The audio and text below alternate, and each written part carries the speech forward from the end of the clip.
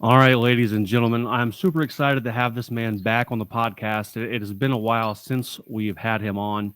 I don't know if anyone else is calling him this, but I've officially dubbed him the Rainmaker himself. We have maybe I mean, we know that you were up there for most handsome Bearcat fan. I've heard some other titles thrown out your way, but Brian Fox, welcome back to the Go Beercats podcast. Thank you for having me. I accept most titles, and I've been called a lot of things over the years. So when it's nice, it's great.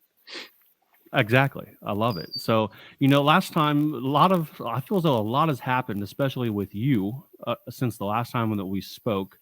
Yeah, Sort of how you came across my radar doing foot races with O Varsity.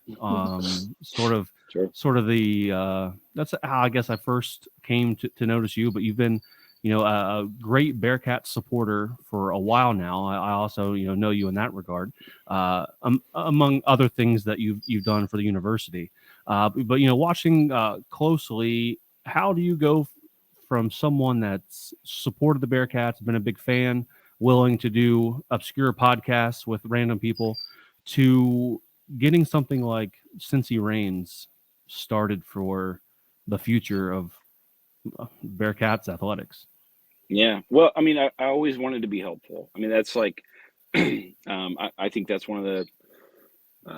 one of the most important things we can do as human beings is to try to add value wherever we are. I have felt exceptionally fortunate and blessed by the friendships, relationships, family that the University of Cincinnati fan base has provided me over the years. So, um, you know, I also am grateful that I have a law degree and practice law and had a great experience at the University of Cincinnati. Also, love Bearcats athletics, love college football, love college basketball. Um, and when I was teaching at the university in the business law, I taught business law in the business school. Um, I beyond just writing for Bearcat Sports Radio, creating that. I always tell people I'm more of a booster, not a blogger. Um, what was interesting is as I got more and more kind of grafted into the programs and the athletics department, um, you fall in love with the people. You fall in love with the student athletes. You fall in love with their grind. You fall in love with all that they do.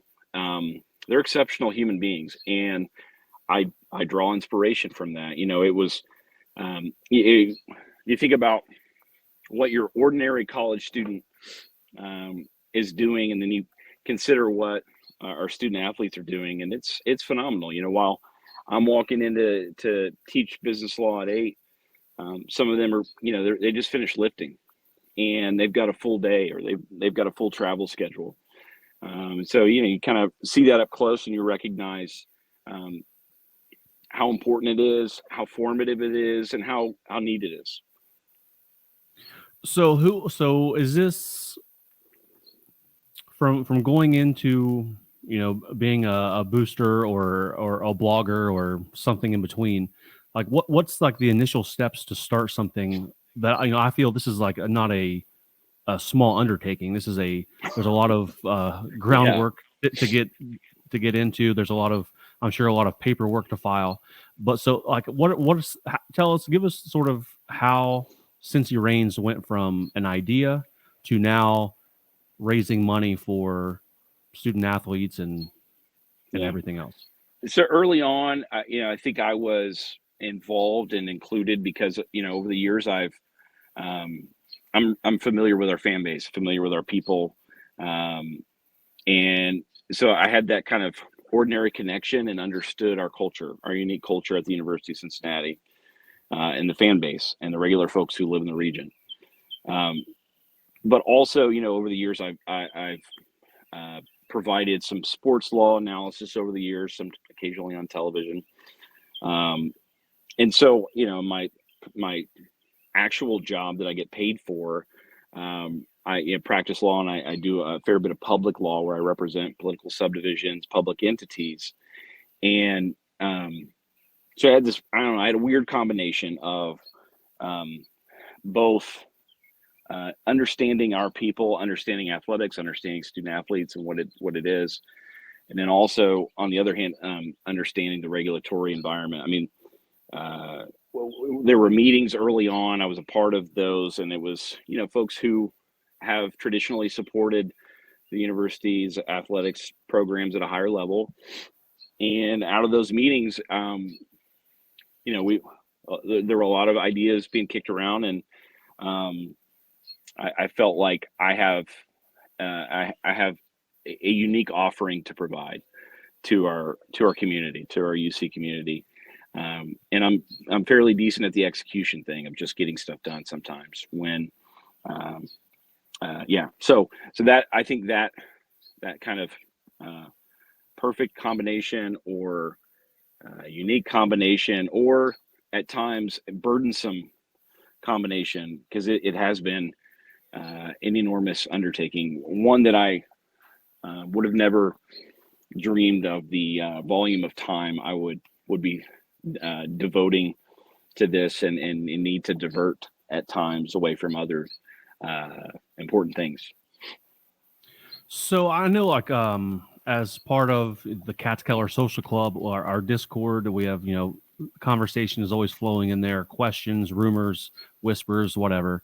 And when talking about Cincy Reigns, some of the questions that people have is, in terms of the different athletes that you signed, I when I was, looking for this, I know like Jillian Hayes on the women's basketball team, Daniel Skillings on the men's basketball team. How does an athlete become signed in the first place? Yeah. So it's there's a lot of factors that go into it. The market value of that student athlete, we try to take that into consideration. Their platform, their academic standing, we try to take that into consideration. We try to take into consideration their value to our programs, of course. And then we try to take into account their desire for NIL. Like, if they, some of them have just directly reached out. And so we take that into consideration, because it's, I think, helpful to find folks that are self-motivated. So all of those things kind of cobbled together, form the layman's term, the basis for how we evaluate. I mean, we try to work with an intermediary, Altius, at the university, in order to get a sense for what's important to the coaches, what's important to the programs, and so we try to bake that into our analysis. We especially at the outset of this, we wanted to make clear that we stand for all of UC. We stand for every student athlete who's willing to wear Cincinnati across their chest, and that will remain a part of what we do. And I'm very aware that some folks may, may express a preference that we just focus on football or men's basketball, and just those two. But that's not what we're going to be about. We're going to be about supporting everyone. It's going to look different for each program. It's going to be driven by coaches and by our board and our board's process. But our hope is that we can figure prominently in the NIL ecosystem, create, help to raise a ton of money, which we're doing a great job at right now, I think, especially for our early stage. I think we're killing it. And then, beyond that, we want to,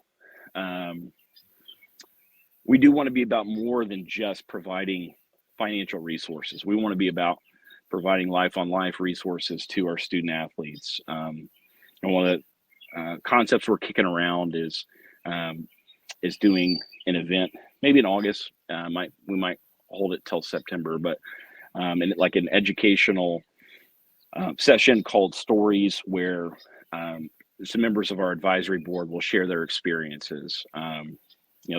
Josiah DeGar is one of the guys I was talking to on the phone the other night about, him. There's not everybody's going to play professional sports. In fact, you look across national landscape, and it's, I want to say 2% of intercollegiate student athletes, NCAA Division I student athletes will play professionally. And you look at the term, how long they're going to stay playing professionally. Your average stay of an NFL player is like 3 years. We think, oh, they're professional football players, so astro dollars, right? But that's not the reality for most. We want it to be, of course. There are the Sauce Gardners. Praise God, how cool is that to see that happen, right? Oh yeah. But it's not to expect that would be the norm would be unreasonable. And so what we want to be about is trying to, we want to be mindful of providing great resources to our student athletes financially. Of course, we want to be about that. But we also want to be mindful about creating other resources so that when a student leaves, they don't just leave with, a diploma in sociology and say, best of luck to you. Thanks for playing for the Cats. It's my hope that by their interaction with us as we continue to build out this infrastructure, and by some of the programs and educational opportunities that we put on for them, that they'll leave with a little bit more than that. They'll leave with some soft skills. They'll leave with an understanding of what it's like to interact with an organization that's committed to excellence. And that's what we want to be. We want to be charitable, right? We want to make a difference in our community. We want to be a conduit. We want to provide resources without taking anything off the top, no haircuts, so that, B-Fox could play another round of golf. We're not doing that. We're trying to maximize the return on anybody's investment. Somebody's going to donate to Cincy Reigns. We want to make sure that money, they see that money benefiting of student athletes and Cincinnati's greater philanthropic community. But, and then we also want to be compliant. We want to be compliant with the NCAA regulations, state law, federal law. And someday, maybe the NCAA will figure out how it wants to regulate this. Okay. So when the NIL was first introduced, in my, sort of unique brain, as my wife will tell you, let's say here's how I pictured NIL going. Say I owned a car lot. I wanted player, number whatever to be a spokesman. I would hire them. Maybe they do a commercial, maybe they do put them on a billboard, something like that, and then they get paid for it. Yes. That's not how. I mean, there is some of that, I think for sure around the country, but not necessarily what I had pictured. So for those student athletes it's not what the NCAA had pictured either. They had pictured what you had pictured, and so did I, frankly. When this was all, so you had the Alston decision release in. I saw that branded mug there. That was on purpose. Yes, sir. Let's go. I saw the Alston decision come out, and around summer of 2021. The NCAA quickly pivoted to go, all right, we've got a unanimous court that just ruled against us again.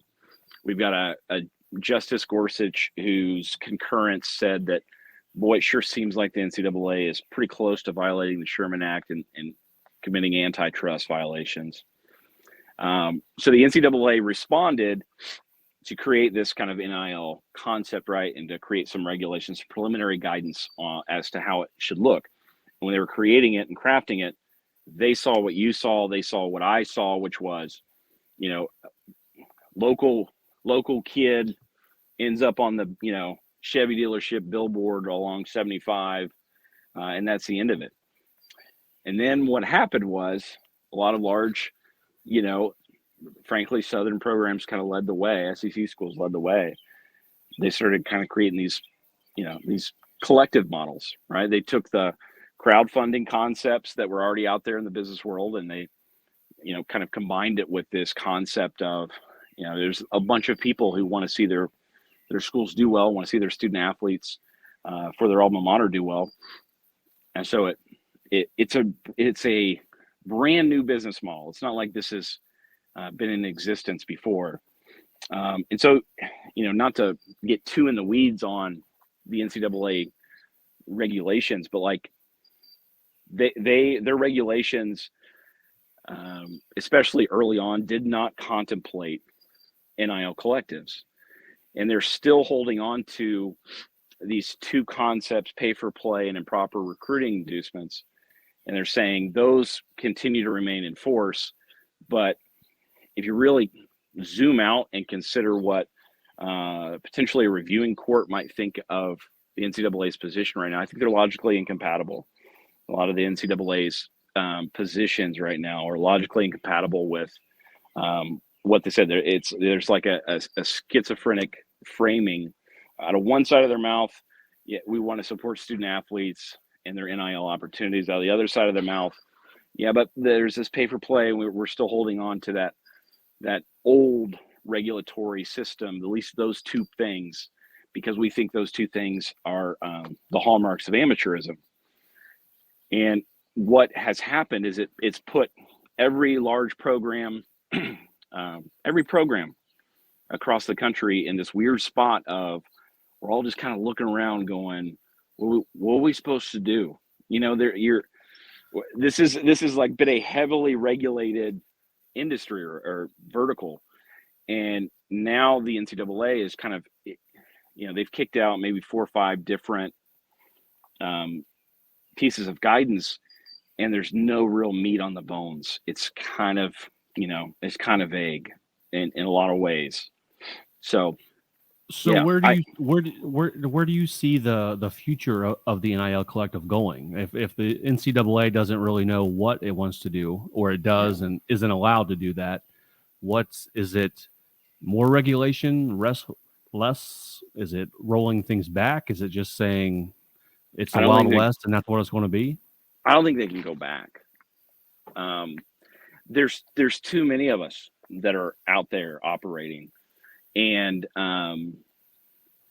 those, I like to think that we're one of the most conscientious out there operating, and they're going to have a hard time, I think, convincing people that this is a bad thing, right? I mean, people want to support their school, people want to support their student athletes, and you're going to try to create a boundary between fans supporting their student athletes. It's just weird. It's long been weird.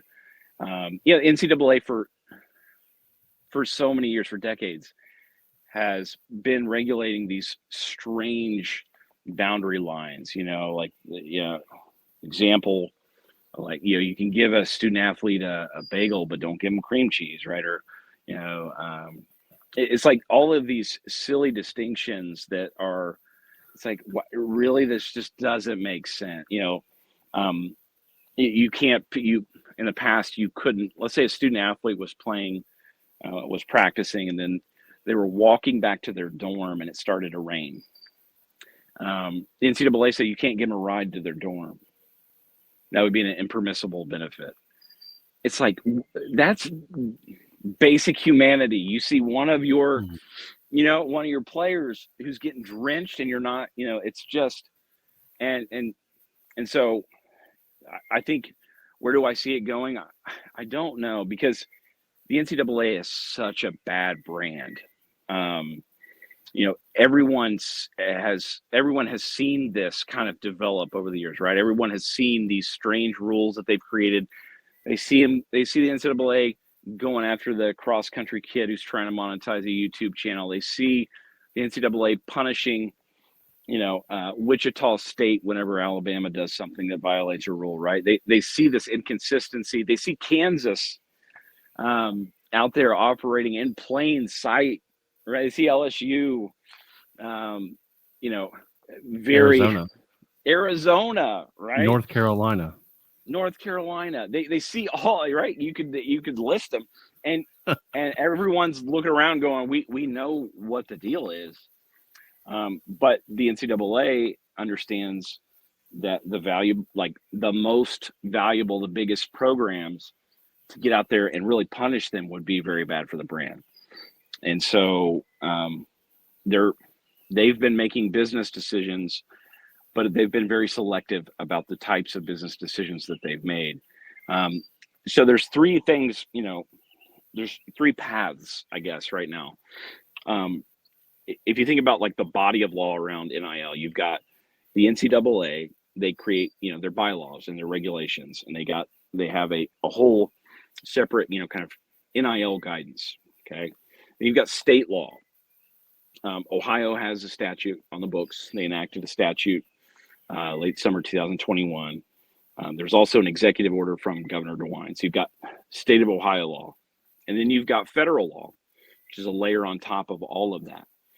Recently, several collectives, in particular Tennessee's and Ole Miss's collectives, have said they're going to Washington. Mr. Smith goes to Washington, Mr. SEC goes to Washington. They're going to go and they're going to, lobby Congress to see if they can't get a federal NIL bill that provides clarity across the board. Well, Congress has not been exactly knocking it out of the park. So I don't look at those efforts and think, oh, thank goodness, right? Congress is going to show up and fix it for us. I think that's unlikely. You've got the NCAA, by the way, which rather than spending a bunch of their resources on trying to create a coherent system, trying to create some infrastructure around how this ought to look, instead they've used huge amounts of their budget to go lobby Congress for an antitrust exemption. All right. Well, so if you're trying to lobby Congress for an antitrust exemption, what are you implicitly conceding? Right. So you've got the NCAA out there doing that. You've got, collective, a handful of collectives are trying to lobby the federal government, and then you've got states, state of Texas, state of California. A lot of states have taken a look at their initial NIL statutes that they pass under their state law, and they changed it. And some of the things that they're doing are, like, for instance, some of the states are saying that if the NCAA regulations conflict with state law, the state law preempts it. It's more important. It trumps the NCAA's regulations. And so the NCAA is going to be left in a position of wondering, are our regulations even legally enforceable? What can we even do? And then you also have right now the question of whether the National Labor Relations Board is taking up the issue of whether student athletes should be considered employees of universities. And so now you've got the executive branch of the federal government involved. All of that is to say, holy smokes, what a mess. Yeah. What a regulatory mess. I mean, it almost changes daily. And that's why there are folks like me across the country who are going, what are we supposed to do?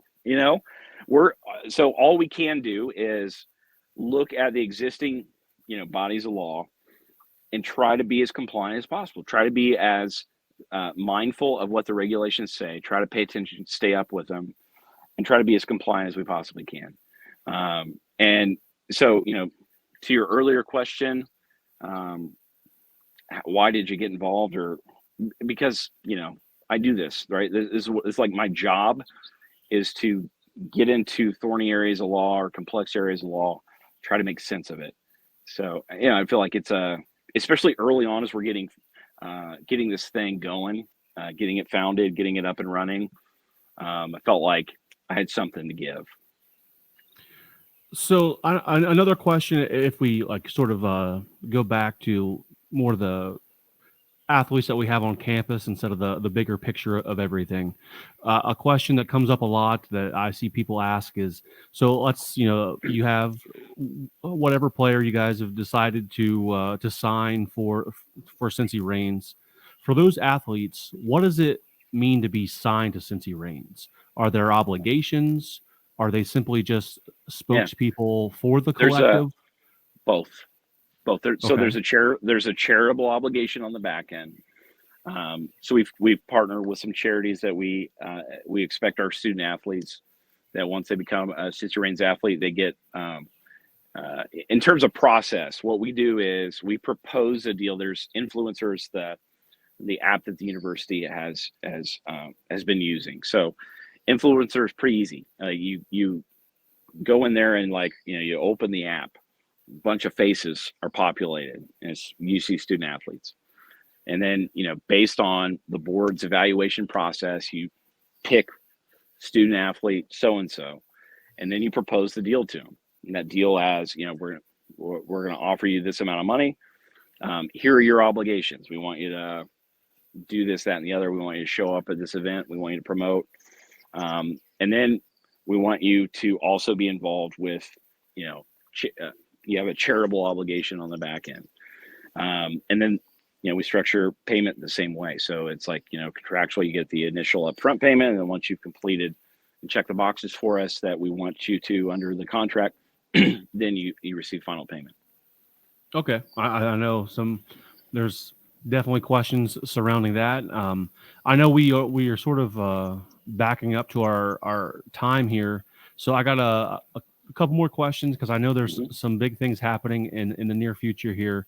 The last question. Like what? I'm not aware. We'll see, because there's this very cryptic tweet that someone sent out. Okay. About a possible event at the end of June. On June 30th? Or not an event, a gathering. Did they say June 30th? I may have seen that on my timeline. Yeah, so yes. I think that's got some people wondering where they should be at a specific time. If it's me, are you asking what I would do on June 30th? Yeah, if your calendar's open, what are you putting on there? If I've got Friday available, I go to Rhinegiest, because starting at noon, Cincy Light will be available on tap on Friday, June 30th. That's the first time I have heard a hard date and time of this beer to be available, ladies and gentlemen. I'm taking that as breaking news. June 30th at noon, Cincy Light. We got a big party planned. We got a big celebration planned. And I hope everybody who can get there gets there. We're going to probably do formal festivities around 7:30. A gentleman named Mo Egger is going to be master of ceremonies, if you will. We're going to have some games, some opportunities to engage in hijinks. We're going to set up a smallish tailgating experience. We think, if we can get some of the trailers in the freight elevator. Okay. We've got some really fun stuff in mind. And then at 7:30 is when we'll kind of commence with our programming, if you will. But if I'll be there from noon on, and I'm going to try to really pace myself, because I'm not much of a drinker, if that makes sense, and it probably doesn't, because I'm getting ready to help launch this beer. But it's I'm just trying to be helpful. But yeah, let me say this about the beer, okay? Please. People have different palates, right? Some people like spicy foods. Some people like chocolate. Some people like elephant ears. Some people like some people are hot dog people. Some people are nice steak people. Some people are seafood people. Here's what I would say. Cincy Light is the best thing I have ever tasted. Okay, it is the best. You're setting the bar. Of course, it is the best liquid one could consume. All right, now, am I prone to overstatement at times? But here it is unquestionably the best beer I've drank. Am I biased? Hell yes, I'm biased. Okay, I'm not sure I could be more biased, but I really do think it's incredible, and everyone who has tried it has said the same. Their opinions probably matter more than mine, because I'm not like I'm not a big I don't try all the beer. Yeah, I'm not a big connoisseur, but I will say, like, it's probably my favorite beer that I've had. What I tend to drink, like, Miller Lite if I'm going to drink beer, or there's a brewery in Hamilton called Municipal Brewers. I love their approachable blonde. But I also, this beer that Rhinegeist has put together, the recipe is spectacular. The can, the can design, the aesthetic is going to be the kind that every time you crack it open, a small tear might just run down your cheek as you consider the I University assume of down the Cincinnati. drive played. It does. As soon, yes, Yeah. that's right. As soon as you do that, you start hear, Yeah. it's magical. It's I my hope is that it has an impact beyond our region. I think it's that good. I also think the aesthetic of the can is that well designed. I really think it's cool. And so I think June 30th would be a great opportunity for folks to get out there. And on July 1st, prior to the celebration of our nation's independence, Cincy Light's going to go out across the city. It's going to go out across the region. I have it on some authority that Rhinegeist has not been inundated with demand like this, maybe ever. So people are excited, and I'm excited for them. I'm excited for Cincy Reigns. I'm excited for the University of Cincinnati because I think this could be this could make a really big difference. So, last thing here, because I know we're almost out of time, Brian. You guys got another event coming up, Rains and Reds. So what is that about? Rains and Reds. There's if you go to our website at cincyreigns.org, www, which stands for World Wide Web, .cincyreigns.org. You can find out more information on that. That's June 24th. That's the Saturday before. We're going to have a small soiree at the Holy Grail. I've spoken with a gentleman named Chad Brindle. He's going to be helpful for that event and kind of MC that. And so that's going to be the week before this. We've got a lot of stuff cooking, and that's what we're trying to do, Brandon. We're trying to, we're not playing defense, right? I would say we're letting it fly, but I don't think I can anymore. So we're letting it hang out, and we're letting the big dog eat. We're doing everything we can to be as creative as we can to maximize, the impact that we can have. And the beer was something that we knew the fan base wanted, has been clamoring to get their hands on something like that. So we feel incredibly fortunate to be in a position to help meet that need.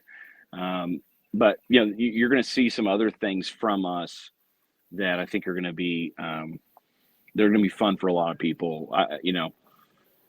The Cincy Light is without question going to be probably like the biggest, funnest in the near term. We got some other cool stuff in the works, stuff that I can't announce yet. I can't even tease. But I can tell you, it's going to be cool, and that's what we're trying to do. We're trying to really throw a marker out there to say, if you're a UC student athlete, that the Cincy Reigns team is working really hard to try to build out a great, robust NIL ecosystem for you. If you're out there on the, you're a youngster, you're trying to figure out where to go to school, that you have this sense that not all collectives are the same. There are very few that are, I think, doing as much creative stuff as I think we're going to end up doing through the years. And so, I don't know. I'm hopeful. I'm excited. It has been a lot of work